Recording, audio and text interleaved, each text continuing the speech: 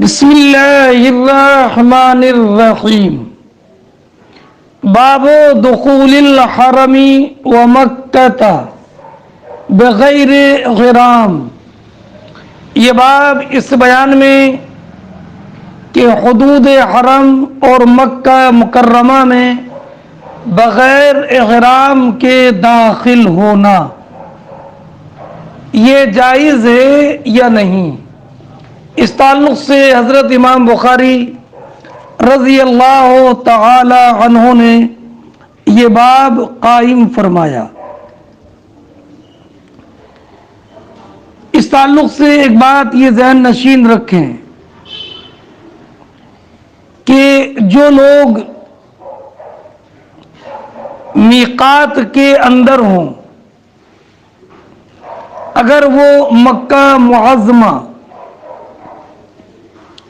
حج یا عمرے کے علاوہ کسی کام سے جائیں تو ان پر احرام باندھنا واجب نہیں ہے، لیکن جو لوگ حدود میقات سے باہر ہوں، اگر وہ مکہ مکرمہ جانا چاہیں تو ان پر احرام باندھنا واجب ہے، اگرچہ وہ حج یا عمرہ کے لیے نہ جائیں، کسی اور کام کے لیے جائیں تو بھی حج یا عمرہ کا احرام باندھ کر جائیں۔ یہاں تک کہ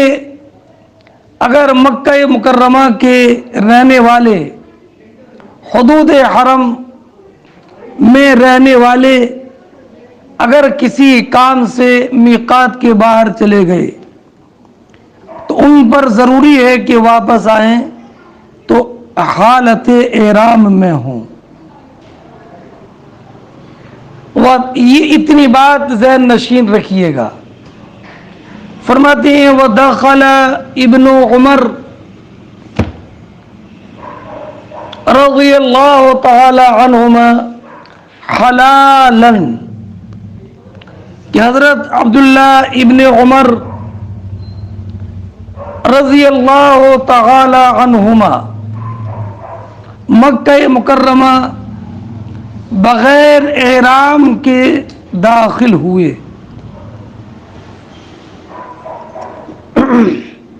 امام مالک نے موطا میں نافع سے یہ روایت کی ہے کہ حضرت عبداللہ ابن عمر رضی اللہ تعالی عنہما مکہ مکرمہ سے مدینہ منورہ کے لیے نکلے، یہاں تک کہ جب مقام قدید پہنچے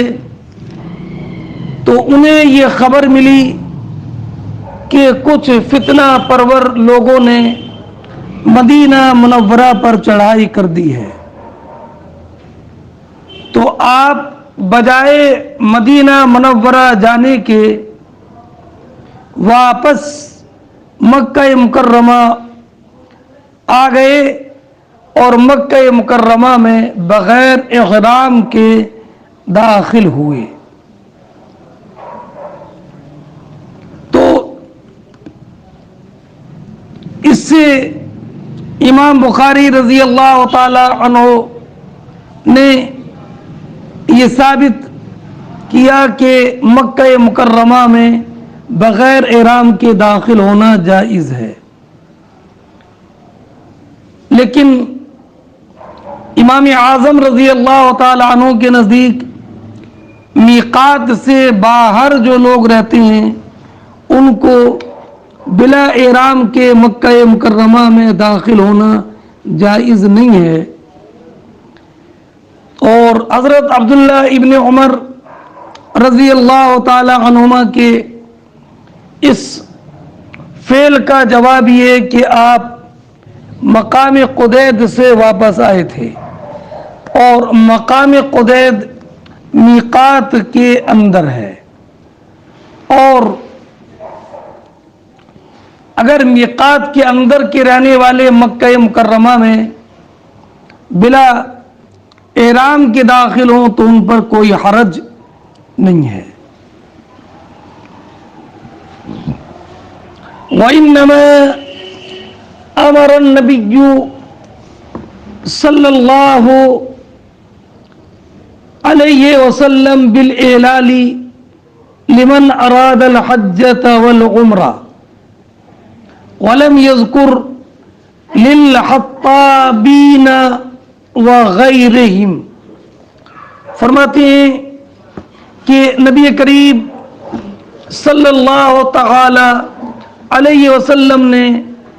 احرام باندھ کر جانے کا حکم ان کو دیا جو کہ حج یا عمرہ کے ارادے سے جائیں۔ وَلَمْ يَذْكُرْ لِلْحَطَّابِينَ وَغَيْرِهِمْ، اور نبی اکرم صلی اللہ تعالی علیہ وسلم نے لکڑیاں جمع کرنے والے، جن کو لکڑ ہارا کہا جاتا ہے، ان کو اور ان کے علاوہ دوسروں کو آپ نے احرام باندھ کر مکہ مکرمہ جانے کا حکم نہیں دیا۔ اس سے امام بخاری رضی اللہ تعالی عنہ یہ ثابت فرماتے ہیں کہ جو لوگ حج و عمرہ کے ارادے سے مکہ مکرمہ جائیں ان کے لیے احرام ضروری ہے، اور جو لوگ اپنی ذاتی ضرورت کے لیے جائیں ان کے لیے احرام ضروری نہیں ہے، کیونکہ نبی کریم صلی اللہ تعالی علیہ وسلم نے احرام کا حکم انہی لوگوں کو دیا جو حج یا عمرہ کے ارادے سے مکہ مکرمہ جائے۔ اور امام اعظم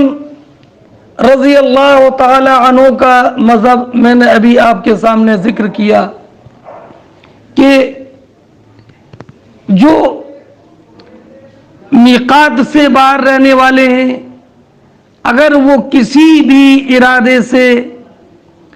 حدود حرم میں داخل ہوں تو حرم کی حرمت کی وجہ سے احرام واجب ہو جاتا ہے، اور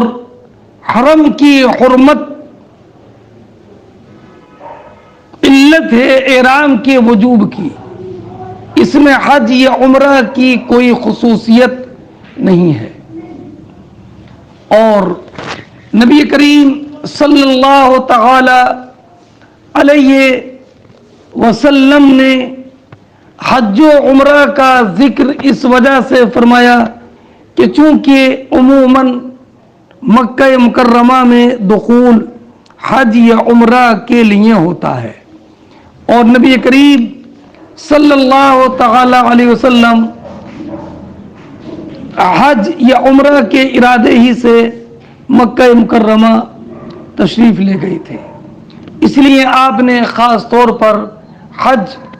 یا عمرہ کا ذکر فرمایا۔ اور نبی کریم صلی اللہ تعالی علیہ وسلم نے ارشاد فرمایا لا یحل لأحد بعدی، کہ حرم مجھ سے پہلے نہ کسی کے لیے حلال تھا اور نہ میرے بعد کسی کے لیے حلال ہے، میرے لیے بھی ایک دن تھوڑی دیر کے لیے حلال ہوا تھا۔ سرکار کا یہ ارشاد بھی امام اعظم کی مسلک کی تائید کرتا ہے، کیونکہ نبی کریم علیہ الصلوۃ والسلام کا یہ ارشاد کہ میرے بعد حرم کسی کے لیے حلال نہیں تھا، یعنی نہ حرم میں قتال کرنا جائز اور نہ بلا احرام مکہ مکرمہ میں دخول جائز ہے۔ اور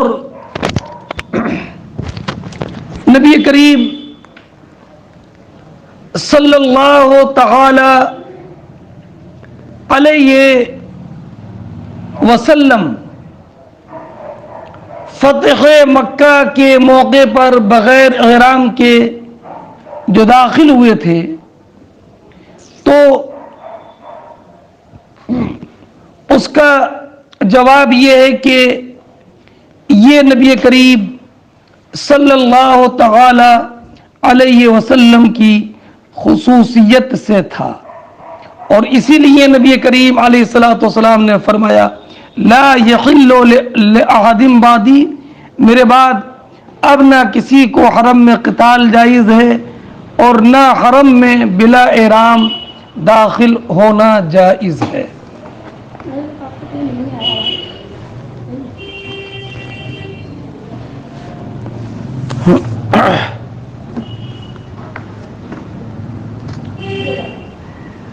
حدثنا عبد الله بن يوسف اخبرنا مالك عن ابن شهاب عن انس بن مالك ان رسول الله صلى الله عليه وسلم دخل عام الفتح وعلى راسه المغفر فلما نزعه جاءه رجل فقال ان ابن خطل متعلق باستار الكعبة فقال اقتلوا، فرماتے ہیں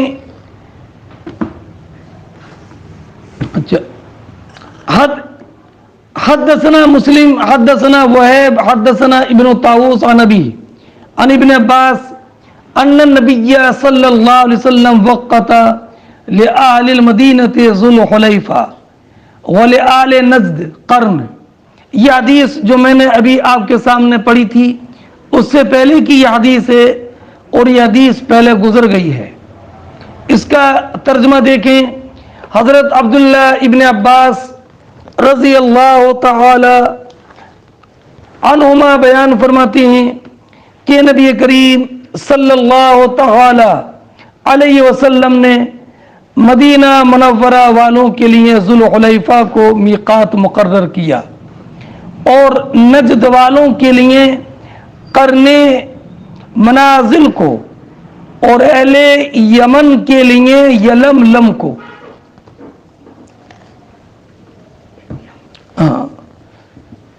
اہل یمن کے لیے یلملم کو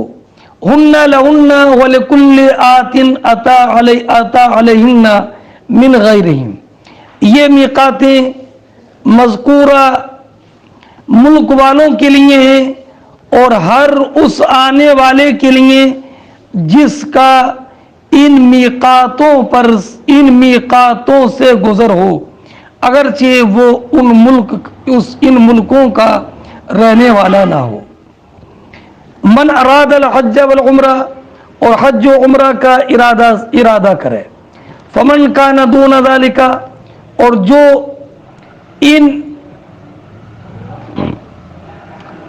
فمن کان دون ذالک، اور جو کوئی ان میقات کے اندر رہتا ہے، فمن حیث انشأ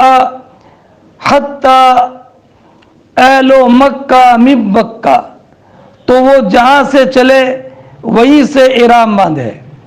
اور مکے والے مکے سے احرام باندھے۔ یہ حدیث پہلے گزر گئی ہے۔ اس کے بعد جو میں نے حدیث مبارک آپ کے سامنے پیش کی تھی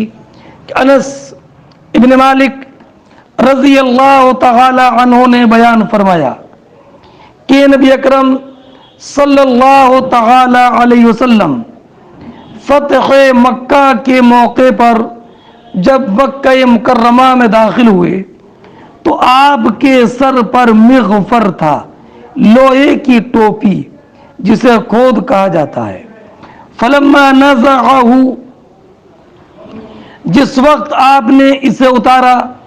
تو جاء رجل، ایک صاحب آئے اور انہوں نے کہا کہ ابن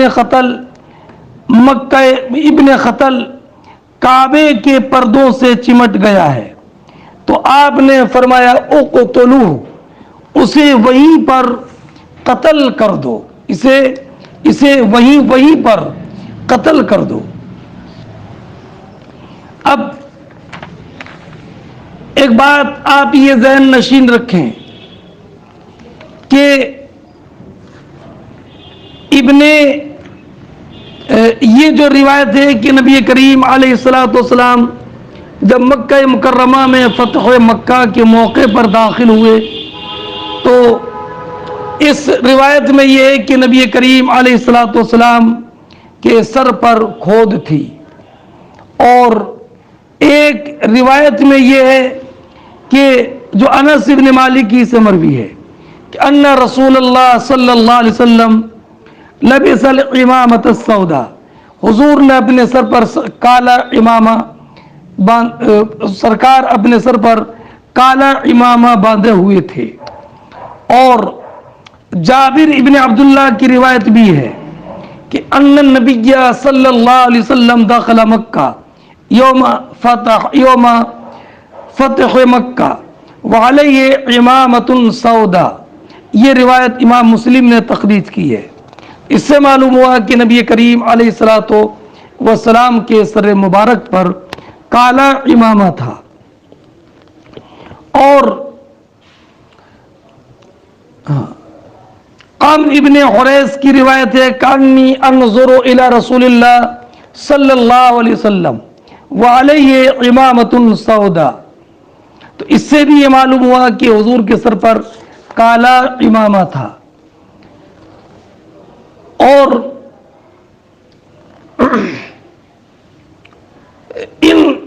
اس حدیث میں یہ ہے کہ نبی کریم علیہ الصلوۃ والسلام کے سر پر جو تھی وہ لوہے کی ٹوپی تھی۔ تو دونوں میں تطبیق یہ ہے کہ ہو سکتا ہے کہ مغفر امامے کے نیچے ہو، اور یہ بھی کہ نبی کریم صلی اللہ تعالی علیہ وسلم نے اس کالے امامے کو لپیٹ لیا ہو مغفر کے اوپر، اور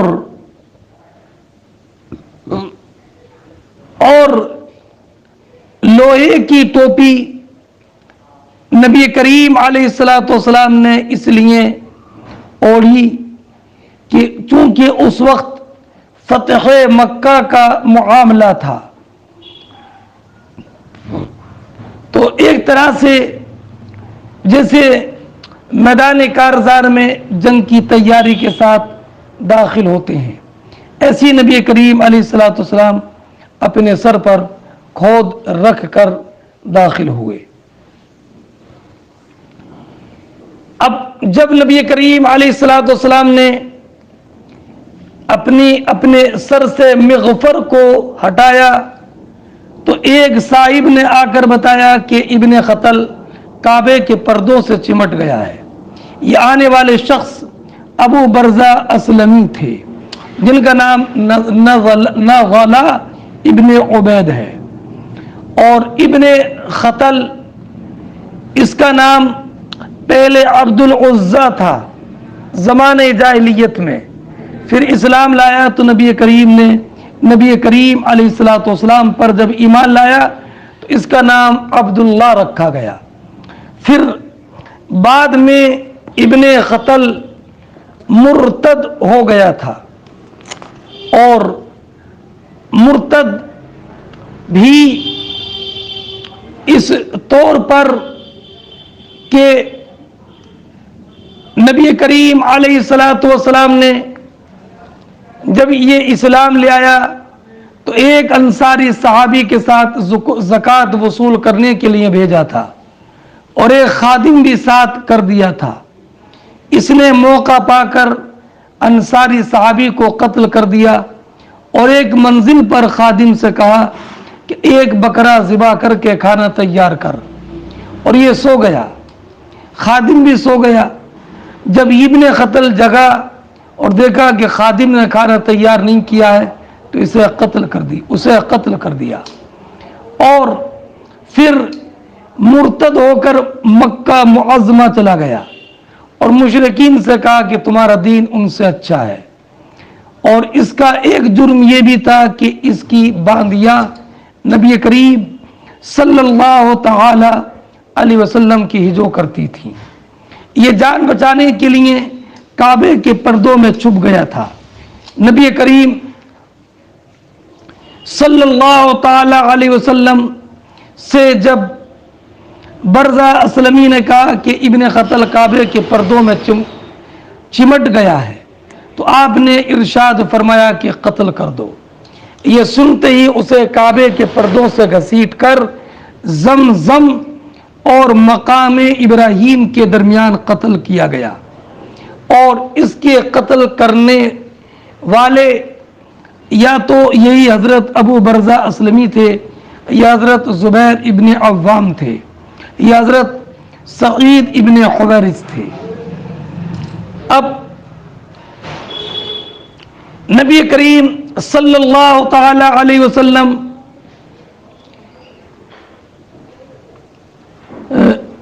حالت احرام میں نہیں تھے۔ اگر حالت احرام میں ہوتے تو سر کھلا رہتا، سر پر کھود مبارک نہ ہوتا، تو اس سے اور نبی کریم علیہ الصلوۃ والسلام اس وقت حج یا عمرہ کے لیے نہیں گئے تھے بلکہ فتح مکہ کے لیے۔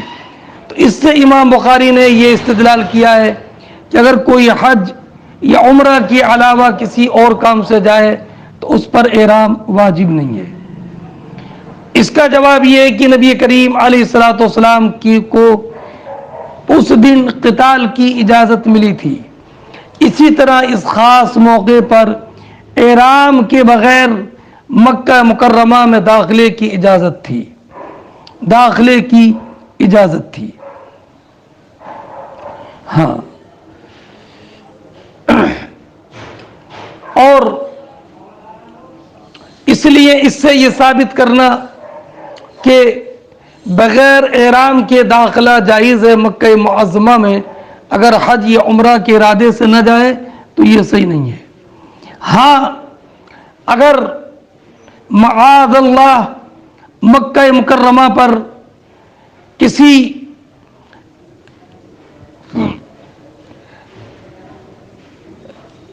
بد مذہب کی حکومت قائم ہو جائے اور جنگ کے بغیر مکہ معظمہ پر تطہیر کی کوئی اور صورت نہ ہو تو اس موقع پر بھی اجازت ہونی چاہیے کہ احرام کے بغیر مجاہدین مکہ معظمہ میں داخل ہو جائے، مگر یہ اضطرار و الجا کی حالت ہے، عام حالات میں اجازت نہیں ہے۔ اور ابن قتل کے قتل کرنے کے تعلق سے ایک روایت یہ ہے کہ سعید ابن حویرث مخزومی اور ابو برزہ اسلمی دونوں نے مل کر کے قتل کیا تھا۔ ہاں، اور اس حدیث سے یہ بھی ثابت ہوا کہ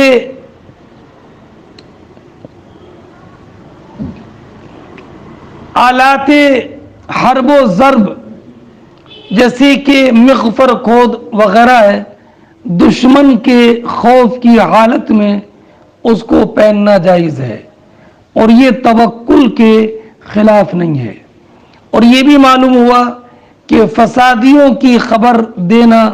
یہ غیبت اور چغلی نہیں ہے، اور یہ بھی کہ یہ بغیر احرام کے دخول خاص حالات کی وجہ سے تھا، اور نبی کریم علیہ الصلوۃ والسلام کے لکھی خصوصیات سے تھا کہ اس دن نبی کریم علیہ الصلوۃ والسلام کے لیے قتال بھی جائز تھا اور بغیر احرام کے دخول بھی جائز تھا، ورنہ بغیر احرام کے دخول جائز نہیں ہے۔ اور یہ مذہب امام اعظم امام سفیان ثوری، لیث ابن سعد، عطا ابن ابی رباح کا ہے کہ اگر کوئی انسان بغیر احرام کے مکہ معظمہ اور یا مکہ معظمہ میں داخل ہو گیا تو اس پر امام اعظم کے نزدیک واجب ہے کہ وہ میقات پر پہنچ کر پھر عمرہ کا یا حج کا احرام باندھے اور مکہ معظمہ میں اس کے بعد داخل ہو۔ باب اذا احرم جاہلا وعلیہ قمیص، فرماتے ہیں باب اس بیان میں کہ اگر کوئی ناواقفیت کی وجہ سے قمیص پہنے ہوئے احرام باندھے تو کیا اس پر کفارہ واجب ہوگا؟ فرماتے ہیں وقال عطاء اذا تطیب او لبس جاہلا او ناسیا فلا کفارۃ علیہ۔ فرماتے ہیں کہ حضرت عطا نے فرمایا کہ اگر محرم نے بھول کر یا ناواقفی کی وجہ سے خوشبو لگائی اور یا کپڑا پہن لیا فلا کفارۃ علیہ، تو اس پر کفارہ لازم نہیں ہے۔ یہ فتویٰ عطا ابن ابی رباح کا ہے، اور امام اعظم رضی اللہ تعالی عنہ نے یہ فرمایا کہ اگر بھول کر بھی خوشبو لگا لی اور یا بھول کر سلا ہوا کپڑا پہن لیا تو فدیہ واجب ہے۔ جیسے کہ نماز میں اگر کوئی بھول کر بھی کلام کر لے یا کچھ کھا لے تو اس کی نماز فاسد ہو جاتی ہے، ایسی بھول کر اگر کسی انسان نے حالت احرام میں خوشبو لگا لی اور یا سلا ہوا کپڑا پہن لیا تو اس پر کفارہ لازم ہے۔ حدثنا ابو الولید قال حدثنا حمام قال حدثنا عطا قال حدثني صفوان بن يعلى عن أبيه قال كنت مع رسول الله صلى الله عليه وسلم فأتاه رجل عليه جبة فيه أثر صفرة أو نحوه كان عمر يقول لي تحب إذا نزل عليه الوحي أن تراه فنزل عليه ثم سري عنه فقال اصنع في عمرتك ما تصنع في حجك۔ یہ حدیث پہلے گزر چکی ہے۔ فرماتے ہیں اچھا اس حدیث کے راوی ابو الولید ہشام بن عبد الملک ہیں، ان کے شیخ حمام بن یحییٰ ہیں، ان کے شیخ عطا ابن ابی رباح مکی ہیں، صفوان ابن یعلا تمیمی یا تیمی یہ مکی ہیں، ان کے والد یعلا ابن امیہ، یعلا ابن امیہ، امیہ ان کی والدہ ہیں، یہ عتبہ ابن غزوان کی بہن ہے، یہ حضرت عمر فاروق رضی اللہ تعالی عنہ کے دور میں نجران کے عامل تھے۔ یعلا ابن امیہ ان سے ان کے بیٹے صفوان نے روایت کیا۔ اب سنیے حضرت صفوان ابن یعلا اپنے والد یعلا ابن امیہ سے روایت کرتے ہیں کہ میں یعلا ابن امیہ بیان کرتے ہیں کہ میں نبی کریم صلی اللہ تعالی علیہ وسلم کے ساتھ تھا. فَأَتَاهُ الرَّجُلُ، آپ کی خدمت میں ایک شخص آیا جو جبہ پہنے ہوئے تھا اور اس پر زردی یا اسی کی طرح کسی چیز کا اثر تھا. تو اس نے اس تعلق سے سوال کیا، یہ دوسری روایت میں ہے، یہاں پر نہیں ہے. تو آپ پر وحی نازل ہوئی. اور اس روایت میں یہ بھی ہے کہ یہ علا ابن امیہ نے حضرت عمر فاروق رضی اللہ تعالی عنہ سے عرض کیا تھا کہ میں نبی کریم علیہ الصلوۃ والسلام کو اس حال میں دیکھنا چاہتا ہوں کہ آپ پر وحی نازل ہو رہی ہو. تو یہاں پر حضرت عمر رضی اللہ تعالی عنہ مجھ سے کہتی تھی کیا تم چاہتے ہو کہ جب حضور پر وحی نازل ہو تب آپ حضور کو دیکھو؟ وَنَزَلَ عَلَيْهِ، اس وقت آپ پر وحی نازل ہوئی. ثُمَّ سُرِّيَ عَنْهُ، اس کے بعد وہ وحی والی کیفیت ختم ہوئی. تو نبی کریم علیہ الصلوۃ والسلام نے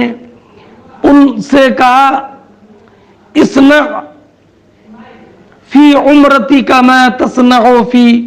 حجک، کہ جس طرح اپنے حج میں کرتے ہو اسی طرح عمرے میں بھی کرو. تو اس سے اس جبہ پہنے ہوا تھا وہ شخص اور اس پر جو زرد رنگ بھی لگا تھا، تو نبی کریم علیہ الصلوۃ والسلام نے یہ تو فرمایا کہ جبہ اتار دو، اور یہ بھی فرمایا کہ یہ خوشبو جو لگی ہے اسے دھو دو، یہ فرمایا. مگر نبی اکرم صلی اللہ تعالی علیہ وسلم نے اس پر فدیہ لازم ہے کہ نہیں یہ ذکر نہیں کیا. اس لیے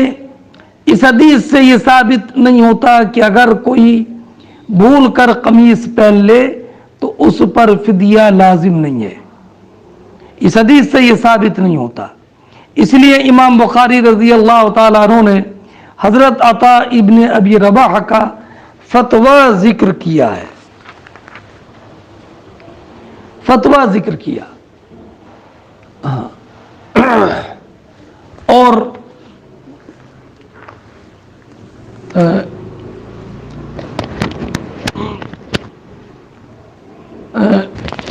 امام اعظم اور امام سفیان ثوری کا مذہب یہ ہے کہ حالت احرام میں خوشبو لگانا جائز نہیں ہے. ہر احرام باندھنے سے پہلے خوشبو لگائی اور احرام کے بعد اس خوشبو کا اثر باقی رہا تو کوئی حرج نہیں ہے. اور نبی کریم علیہ الصلوۃ والسلام نے اس حدیث میں جو فرمایا کہ دھو لو، خوشبو دھو، تو یہ خوشبو نہیں تھی بلکہ زردی مائل خوشبو تھی جو کہ مرد کو احرام اور عدم احرام دونوں حالتوں میں مکروہ ہے. اس لیے نبی کریم علیہ الصلوۃ والسلام نے اس کے دھونے کا حکم دیا تھا. چنانچہ مسلم شریف میں وعلیہ جبۃ بہا اثر و خلوق، کہ وہ جبہ پہنے ہوئے تھا اور اس پر ایک خوشبو کا اثر تھا. اور ایک روایت میں علیہ زعفران. ہاں، اس کے بعد نبی کریم صلی اللہ تعالی علیہ وسلم نے ارشاد فرمایا اصنع فی عمرتک کما تصنع فی حجک، کہ جس طرح اپنے حج میں کرتے ہو اسی طرح عمرے میں کرو. یعنی جیسے حج میں طواف، سعی اور حلق کرتے ہو اور معذورات احرام سے بچتے ہو، اسی طرح عمرہ میں بھی کرو۔ اس حدیث سے یہ معلوم ہوا کہ حالت احرام میں سلا ہوا کپڑا پہننا جائز نہیں ہے، اور اگر ناواقفی کی وجہ سے بھول کر یا بھول کر پہن لیا تو اتار دے، اور اس پر کفارہ لازم ہے، امام اعظم رضی اللہ تعالی عنہ کے نزدیک۔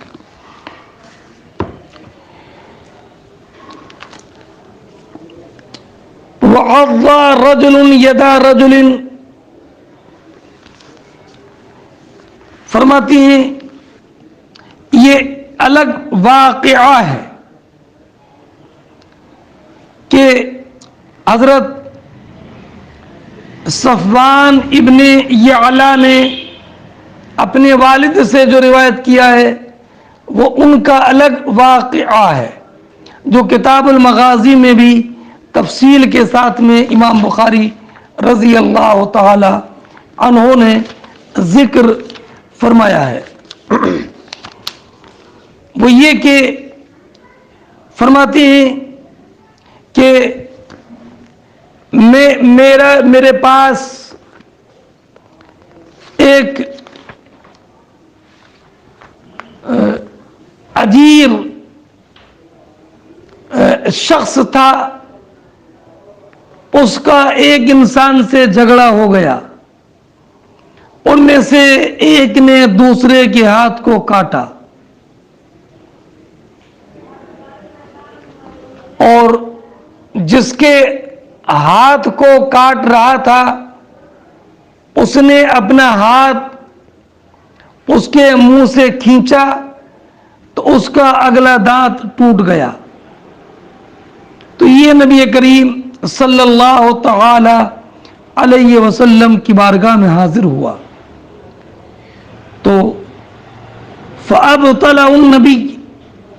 صلی اللہ علیہ وسلم، تو نبی کریم صلی اللہ تعالی علیہ وسلم نے اس پر کچھ واجب نہ فرمایا، اور فرمایا کیا وہ اپنا ہاتھ تیرے منہ میں رکھے رہتا کہ تو اسے یوں چبائے جیسے نر اونٹ چباتا ہے؟ یہ نبی کریم علیہ الصلوۃ والسلام نے فرمایا۔ تو اس جملے کا اس باب سے کوئی تعلق نہیں ہے، مگر چونکہ روایت یعلا ابن امیہ کی ہے اور روایت ابن یعلا ہی سے یہ بھی مروی ہے، اس لیے امام بخاری رضی اللہ تعالی عنہ نے یہ واقعہ بھی اختصار کے ساتھ میں ذکر کر دیا ہے۔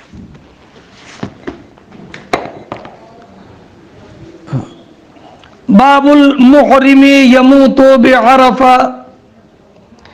ولم يأمر النبی صلی اللہ علیہ وسلم ان يؤدى عنه بقیۃ الحج۔ یہ باب اس بارے میں کہ محرم عرفات میں اگر انتقال کر جائے اور نبی کریم صلی اللہ تعالی علیہ وسلم نے یہ حکم نہیں دیا کہ ان یؤدى عنہ بقیۃ الحج، کہ ایسے شخص کی طرف سے بقیہ حج ادا کیا جائے، یہ نبی کریم صلی اللہ تعالی علیہ وسلم نے حکم نہیں دیا۔ پھر وہی روایت ذکر کی ہے جو روایت کل کے سبق میں ذکر کی گئی، وہی ترجمہ میں پھر کرتا ہوں۔ حدثنا سلیمان بن حرب حدثنا حماد بن زید عن عمرو بن دینار عن سعید بن جبیر عن ابن عباس قال بین رجل واقف مع النبی صلی اللہ علیہ وسلم بعرفہ اذ وقع عن راحلته فوقصته او قال فأوقسته فقال النبي صلی اللہ علیہ وسلم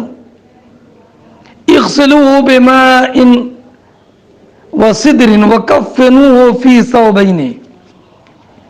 ولا تمسوه طيبا ولا تخمروا رأسا ولا تحنطوه فإن الله يبعث يوم القيامة ملبيا۔ حضرت عبداللہ ابن عباس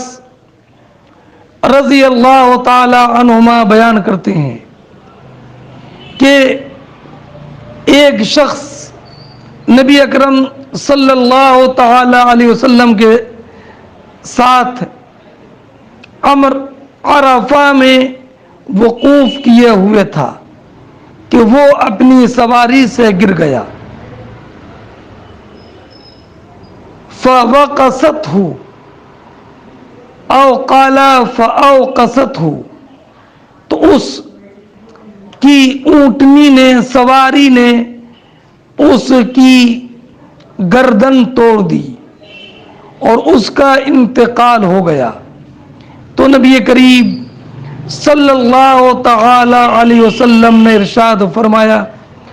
اسے پانی اور بیری کے پتوں سے غسل دو اور 2 کپڑوں میں کفن پہنا دو، اسے خوشبو نہ لگانا اور نہ اس کے سر کو ڈھانپو اور نہ اسے حنوط لگاؤ، خوشبو، اس لیے کہ اللہ رب العزت قیامت کے دن اسے اس حال میں اٹھائے گا کہ یہ تلبیہ کہتا ہوگا، تلبیہ کہتے ہوئے یہ اٹھے گا۔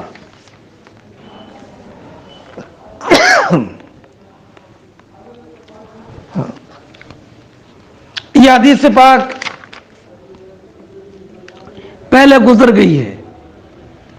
حدثنا باب سنت المحرم اذا مات، یہ باب اس بیان میں کہ جب محرم کا انتقال ہو جائے تو اس کا کفن دفن سنت طریقے پر کیسے ہوگا اور اس کے کفن میں کیا خوشبو لگائی جائے گی یا اس کے جسم پر خوشبو یا حنوط اس کے پیشانی پر ملا جائے گا کہ نہیں۔ تو اس باب کے تحت امام بخاری رضی اللہ تعالی عنہ نے وہی روایت ذکر کی ہے جو ابھی آپ کے سامنے جس کا میں نے ترجمہ کیا۔ حدثنا یعقوب بن ابراہیم حدثنا حشیم اخبرنا ابو بشر عن سعید بن جبیر عن ابن عباس ان رجلا كان مع النبي صلى الله عليه وسلم فوقصته ناقته وهو محرم۔ عبداللہ بن عباس رضی اللہ تعالی عنہ بیان فرماتے ہیں کہ ایک صاحب نبی کریم علیہ الصلوۃ والسلام کے ساتھ تھے مقام عرفات میں، فوقصته ناقته، تو وہ اس کی سواری نے اس کو گرا دیا اور اس کی سواری نے اس کی گردن توڑ دی۔ تو نبی کریم علیہ الصلوۃ والسلام نے ارشاد فرمایا کہ اور اس کا انتقال ہو گیا، تو نبی کریم علیہ الصلوۃ والسلام نے فرمایا اغسلوا بماء وسدر وکفنوا فی ثوبہ، اس کے جو 2 کپڑے ہیں اسی میں کفن دے دو، ولا تمسوه بالطیب، اور اسے خوشبو مت ملو، ولا تخمروا راسا، اور اس کے سر کو مت ڈھانکو، فإنه يبعث يوم القیامت ملبیا، اس لیے کہ یہ قیامت کے دن تلبیہ کہتے ہوئے اٹھے گا۔ اس حدیث سے امام بخاری رضی اللہ تعالی عنہ نے یہ ارشاد فرمایا کہ اس کے کفن پر خوشبو نہ لگائی جائے، اور اگر اس کے پاس 2 کپڑے ہیں تو اسی میں اسے کفنا دیا جائے، اور اس کے لیے الگ سے کفن کے 3 کپڑے پورا کرنے کے لیے سوال نہ کیا جائے۔ باب الحج والنذر عن المیت والرجل یحج عن المرأة، یہ باب اس بیان میں کہ میت کی طرف سے حج اور نذر کو پورا کرنا، اور مرد کا عورت کی طرف سے حج کرنا، یعنی میت کی طرف سے حج کیا جائے، یا میت نے اگر کوئی نذر مانی تھی اور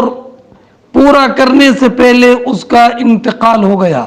تو اس کی نذر پوری کی جائے، یا اگر عورت پر حج فرض تھا اور وہ نہ کر سکی تو اس کی طرف سے کیا مرد حج کرے گا؟ یہ حضرت امام بخاری رضی اللہ تعالی عنہ نے عنوان قائم کیا۔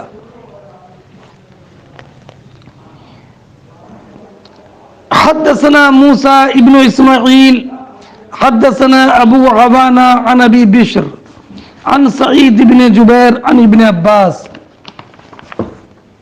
ان امرأة من جہینہ جاءت الى النبی صلی اللہ علیہ وسلم فقالت ان امی نذرت ان تحج فلم تحج۔ قبیلہ جہینہ کی ایک عورت نبی کریم صلی اللہ تعالی علیہ وسلم کی بارگاہ میں حاضر ہوئی اور عرض کیا کہ میری والدہ نے حج کرنے کی نذر مانی تھی اور وہ حج نہ کر سکی یہاں تک کہ ان کا انتقال ہو گیا، تو کیا میں ان کی طرف سے حج کروں؟ تو نبی کریم صلی اللہ تعالی علیہ وسلم نے ارشاد فرمایا کہ تم ان کی طرف سے حج کرو،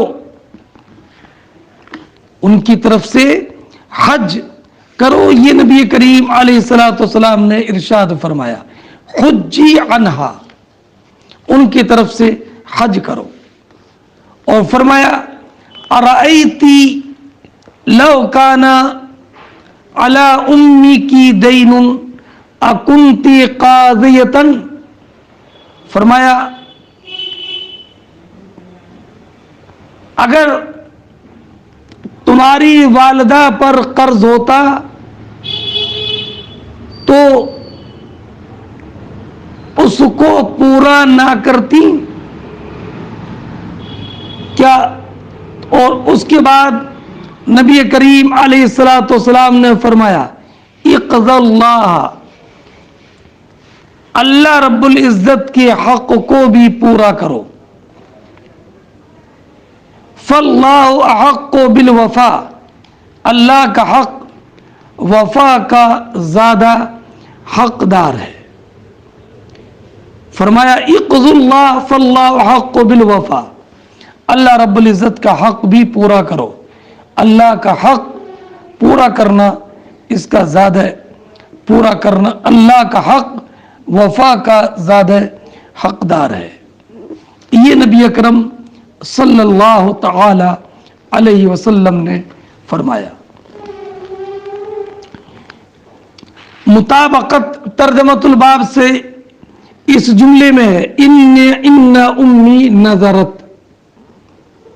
تو اس سے یہ معلوم ہوا کہ اگر مرنے والے نے اگر حج کی نذر مانی تھی اور انتقال ہو گیا تو اس کا وارث اس کی طرف سے حج کرے اور اس کی نظر کو پورا کرے.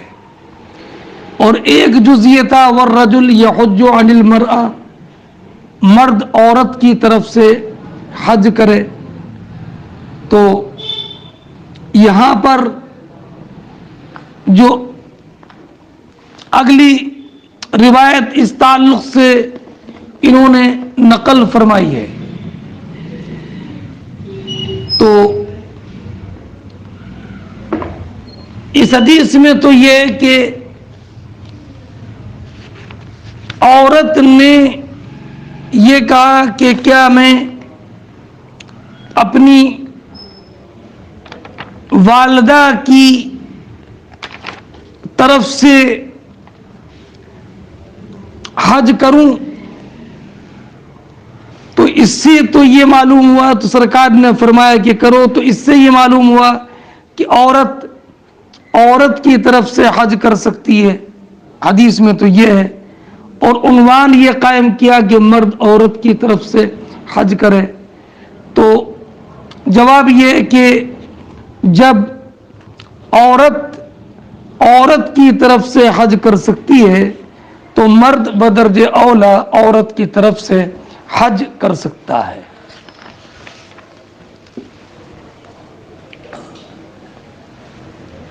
اگلا باب ہے باب الحج عمن لا يستطيع الثبوت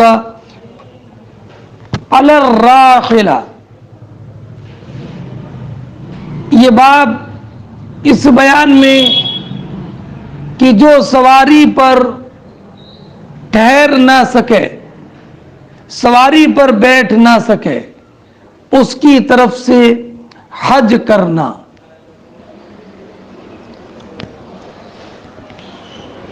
حدثنا ابو عاصم عن ابن جریج عن ابن شہاب عن سلیمان ابن یسار عن ابن یسار عن الفضل ابن عباس ان امرأة قالت طویل سند وحدثنا موسى ابن اسماعیل حدثنا عبد العزیز ابن ابی سلمہ حدثنا ابن شہاب عن سلیمان ابن یسار عن ابن عباس قالت جاءت امرأة من خثعم عام حجة الوداع فقالت يا رسول الله إن فريضة الله على عباده في الحج أدركت أبي شيخا كبيرا لا يستطيع أن يستوي على الراحلة فهل يقضي عنه أن أحج عنه؟ قال نعم. فرماتی ہیں امام بخاری رضی اللہ تعالی عنہ کہ ہم سے حدیث بیان کی ابو عاصم نے، انہوں نے روایت کیا ابن جریج سے، انہوں نے ابن شہاب سے، انہوں نے سلیمان ابن یسار سے، انہوں نے عبداللہ ابن عباس سے، انہوں نے اپنے بھائی فضل ابن عباس سے. پھر امام بخاری نے دوسرے طریق سے اس حدیث کو ذکر کیا کہ موسیٰ ابن اسماعیل سے امام بخاری نے یہ حدیث سنی، انہوں نے عبدالعزیز ابن ابی سلمہ سے، انہوں نے ابن شہاب زہری سے، انہوں نے سلیمان ابن یسار سے، انہوں نے عبداللہ ابن عباس سے کہ عبداللہ ابن عباس نے کہا کہ قبیلہ خثعم کی ایک عورت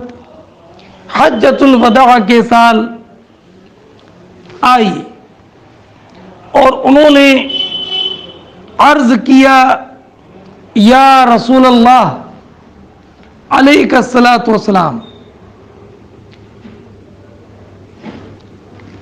بے شک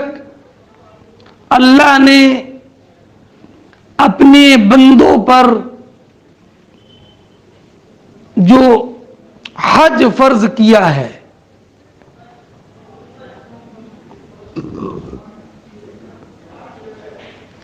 ادرکت ابی شیخن کبیرہ، یہ حج کا فریضہ اس وقت میرے باپ پر لازم ہوا کہ میرے والد لا یستطیع ان یستوی علی الراحلہ، کہ وہ اتنے بوڑھے ہیں کہ اونٹنی پر قاعدے سے بیٹھ نہیں سکتے. فَلْيَقْضِي عَنْهُ أَنْ أَحُجَّ عَنْهُ، تو کیا اگر میں ان کی طرف سے حج کروں تو حج ادا ہو جائے گا؟ تو آپ نے فرمایا نعم، ہاں حج ادا ہو جائے گا. یہ نبی اکرم صلی اللہ تعالی علیہ وسلم نے ارشاد فرمایا. اب اس حدیث سے یہ معلوم ہوا کہ عورت اپنے والد کی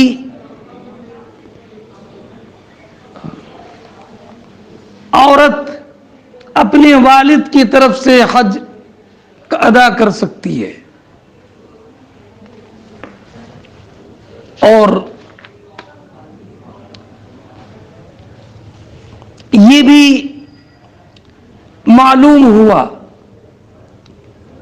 کہ حج میں عاجز کی طرف سے نیابت جائز ہے. اور یہ بھی معلوم ہوا کہ عورت بوقت ضرورت عالم سے مسئلہ معلوم کر سکتی ہے. اور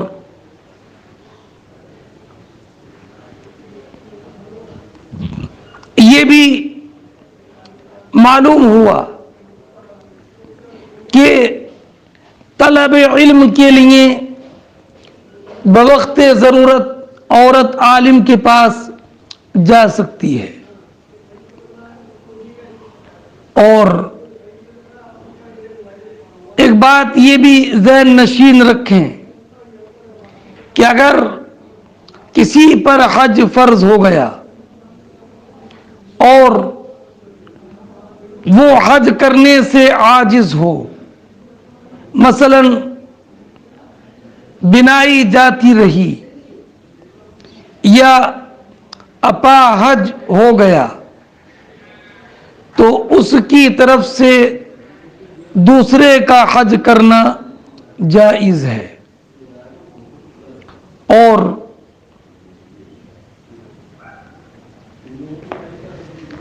حج جس کو حج بدل بولتے ہیں، یہ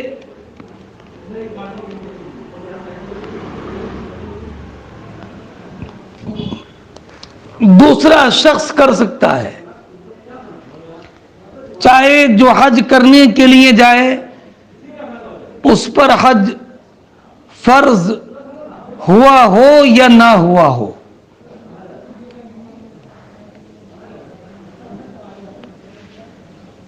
اسی طرح میت کی طرف سے بھی حج بدل کر سکتا ہے.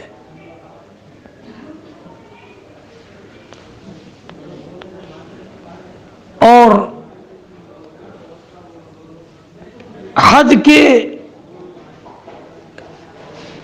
حج بدل کے لیے ضروری یہ ہے کہ وہ شخص جس کی طرف سے حج کیا جا رہا ہے وہ خود جانے پر قادر نہ ہو. اور اگر خود وہ قادر ہے تو پھر دوسرے کو اپنی جگہ پر نہیں بھیج سکتا. اور یہ بات بھی ذہن نشین رکھیں کہ بہتر یہ ہے کہ حج بدل کے لیے ایسے شخص کو بھیجا جائے جو حج فرض ادا کر چکا ہو. ایسے شخص کو حج بدل کے لیے بھیجنا کہ جس کے ذمے حج فرض ہو مکروہ ہے.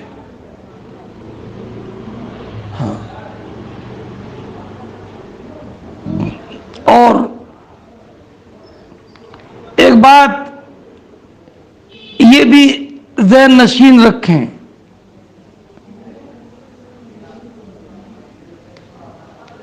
کہ اگر عورت پر حج فرض تھا اور نہیں کر سکی تو اس کی طرف سے مرد حج کر سکتا ہے، اور یا مرد پر حج فرض تھا اور وہ نہ کر سکا تو اس کی طرف سے عورت حج بدل کر سکتی ہے۔ دونوں صورتیں جائز ہیں۔